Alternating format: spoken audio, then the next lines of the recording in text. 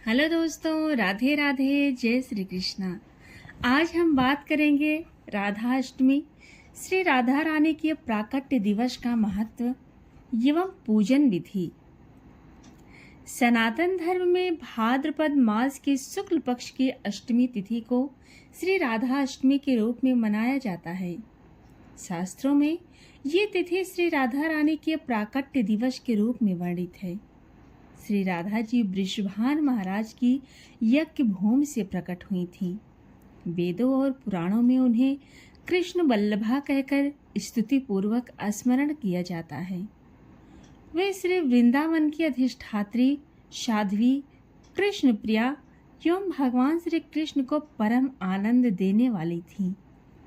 कुछ मान्यताओं के अनुसार श्री राधा जी का प्राकट्य वृषभानपुरी मतलब बरसाना अथवा उनके ननिहाल रावल ग्राम में प्रातः काल हुआ था, जबकि पुराणों के अनुसार उनका प्राकट्य मध्याह्न काल में हुआ था।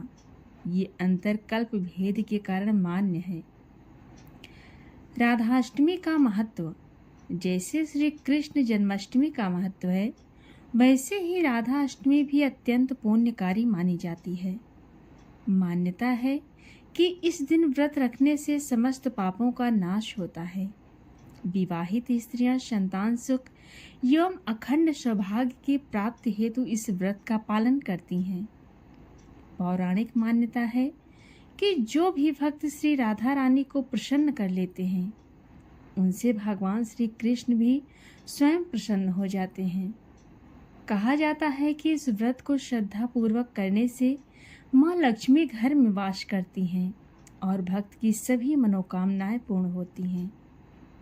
आइए जानते हैं राधा अष्टमी व्रत की पूजन विधि। सर्वप्रथम प्रातःकाल स्नान आदि से निवृत्त होकर शुद्ध वस्त्र धारण करें।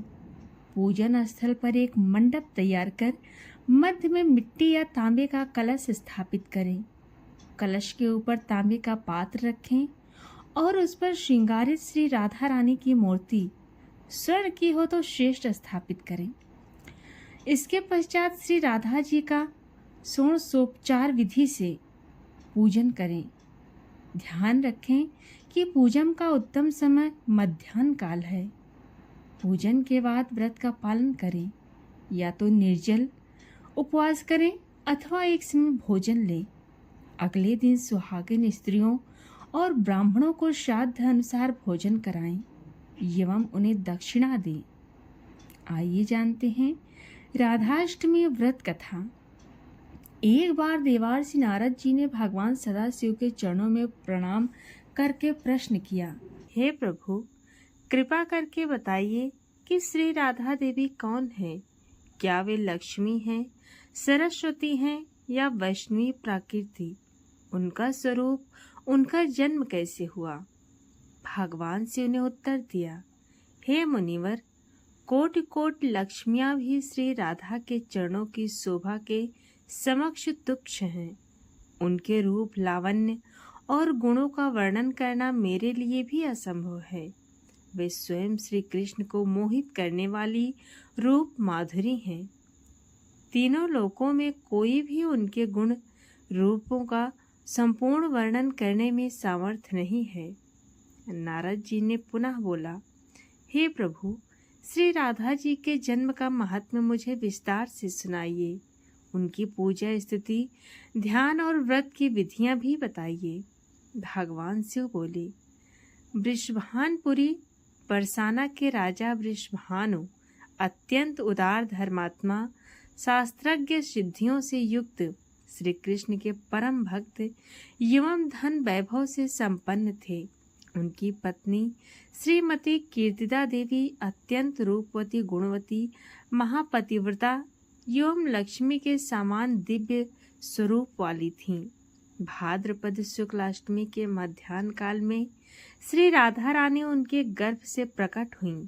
वे स्वयं श्री वृंदावनेश्वरी के रूप में जगत में अवतरित हुईं। राधाष्टमी का पर्व और भक्ति अनुष्ठान। राधाष्टमी के दिन भक्तों को व्रत रखकर श्री राधा रानी की विशेष पूजा करनी चाहिए। श्री राधा कृष्ण मंदिर को ध्वजा, तोरण, पुष्प, मालाओं, वस्त्रों आदि से सजाया जाता है। मंदिर में 5 रंगों के चूर्ण से मंडप बनाकर उसके भीतर षोडश दल के कमल यंत्र की रचना करें। कमल के मध्य में पश्चिमाभिमुख श्री राधा कृष्ण युगल मूर्ति की स्थापना करें। फिर ध्यान पूर्वक पाद्य अर्थ आदि से क्रम पूजन भक्ति करें। भक्तों के साथ मिलकर अपनी क्षमता अनुसार पूजन सामग्री लेकर भक्ति और संयम से श्री राधा कृष्ण की आराधना करें। तो दोस्तों, ये रही राधा जी से जुड़ी छोटी सी जानकारी। आपको कैसी लगी कमेंट में ज़रूर बताएं और पसंद आई तो हमारे चैनल को सब्सक्राइब ज़रूर करें।